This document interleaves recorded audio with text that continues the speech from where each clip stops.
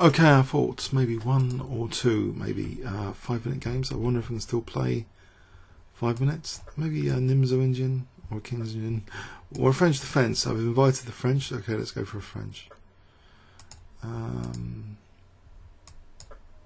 Classical. And this allows a quick b5 actually, if he's letting me play b5 now, which he might not. If he moves that knight, I could still sack a pawn, I suppose, if knight g3 b5 is interesting. But I want to sort of get some pressure on the queen side going now. Queen b6, a5, b4, bishop a6, that sort of stuff. I want to exploit this retreating knight, this kind of passive structure on the queen side. I don't want to move anything yet. I could wait for f4. Strategic break f5, as we know from the e5 pawn chain video recently. So I can either try and blockade that or let it happen. Is e6 going to be exploitable? If there was a knight on f4, then it looks as though there'll be pressure. He's blocking in the f pawn. So that strategic break is not on the cards at the moment. I think white's intention may be to try and use d4, capture away from the centre, try and use d4 at some point. I can try and exchange off this bishop maybe if I get to play bishop a6. Now, is there tactics on the cards? I'm going to try and play bishop a6 without hopefully being blown away tactically. If I can get to play b4, exchange off the light square bishops. For the moment, actually, there might be a pin, or is there? Is b4 actually possible? I could wait for white to play b4 or play b4 here. Takes, knight b4, takes, bishop c5. It might be playable. I'll play it. With my king in the centre, I don't like to do anything that active. Now that I've played it, I'll try and get the king castled before something horrible happens. Okay, so white's playing more tactically rather than the pawn chain. If I can get rid of the light square bishop, which I could do now actually, I think I will do now. The queen's not that much better on e2. I can connect my rooks, hopefully without getting mated that easily on h7 here. Kind of minority attack against this structure to try and weaken some pawns. Let's change off that light square bishop. It's my chance to sort of take now.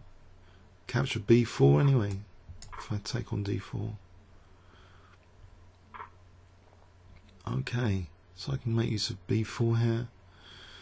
Or I can play queen a6. I think I'll play knight b4 to start off with, then queen a6. As soon as queen d... no, not queen d3, the knight's covering a few squares.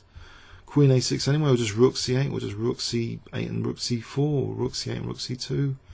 It looks as though the tactical problems are shouldn't be that, major rocket science now that the light square bishop has been taken off. Something like rook c4 is not good at pawn sack at the moment, I think. How would I progress here? This h4 looks a bit worrying, as though knight g5 is supported for some evil intention. This knight's a bit out of squares. I could try and reroute it, but where? f6. Oh, c file. Is he just giving me the c file? I think I'll just hit a4 here. I think I'll play queen c6, hitting a4 and c1. Little tactic, little detail. As we know from my horrible games in the classic, details make or break strategies, or make strategies stand taller. Tiny finesses in the position. You want to play strategic chess. Sometimes it's little details. We know that from other stuff as well. Okay, I can target that a4 pawn. Okay, the knight's also stopping the queen from getting to aggressive squares. Get the queens off with a nice pass pawn. It's queen c1, but the knight's covering c8 there. Looking good so far. Get more of an endgame again at knight d3. Get the bishop off.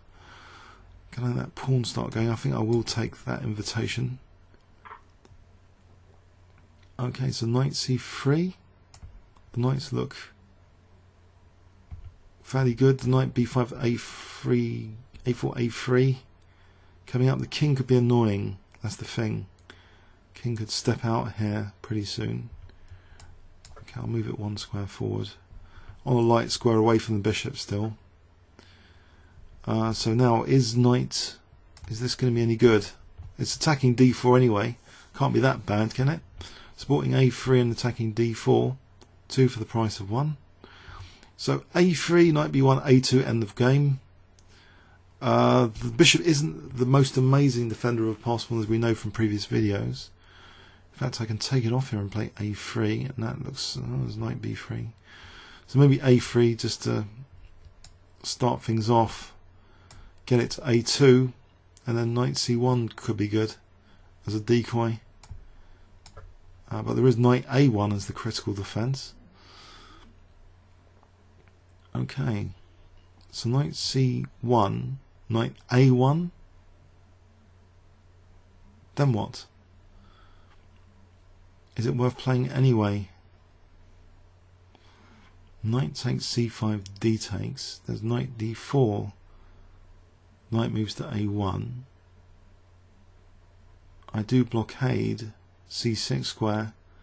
That ending there with the knight on a1 is it looks good if I can get to play f6 and support the knight on d4 later. So I think I'm going to go for that. Knight d4 here looks like a centralizing and blockading move, forcing the knight on a terrible square a1. I think I just want my king, get my king up to try and win that pawn. Okay, he's going to win a2, but my king's coming up surely. Or can I get this central pawn mass to rescue the knight? If he takes, I can get to play e5. If he plays f4, weaken another pawn. Okay, the knight's going to stay. It's a permanent guest on d4. If I can just get my king to c6 now. a2 is going to go. I get c5, and I'll start working on these pawns after. In fact, the knight's stranded without a knight exchange. If he goes to that king and pawn ending, it should be simpler. Unless he wants the knight exchange. Okay, I'll leave the knight on d4. Cruel knight to the other one. So it's going to come down to a king and pawn ending this game. And this is going to leave that knight there with his knight on a1. Surely not. Okay, I'll try and... I don't want to create a passed h-pawn with h5, g4. So how about f5? Mind you, there's f4. So I think I'm going to play this to encourage g4 check. Try and bite that g4 pawn with h5 soon. I can play it here though, or king g6. Okay, it's getting a bit tricky.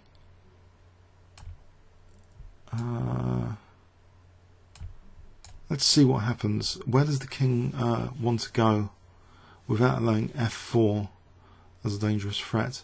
I want to keep this knight in prison on a1. Okay, I think h5 now. Try and create an outside pass pawn if he takes. I've got a runner here. Okay, now e4 here. Knight's a bit loose, or f5. Wow, I don't know. Now I'm confused. This is getting tricky. If I take an f5, I'm giving a pass pawn and getting centre pawns. I think I will take, because I'm getting these centre pawns. I quite like them. Now if g5, king h5, I'm still keeping this knight in prison for the moment. I'm running out of time. I'm going to have to speed up here as well. It'd be a shame to lose this one, but it's possible. Mind you, these pass pawns now after f4 look good in the centre with the knight supporting them. This looks more optimistic for me. If I can get in f3 check, keeping that knight on a1, trying to get the king in sneakily. Oh, he resigns here. So that was a nice welcome back to the ICC without getting completely crushed in my first game.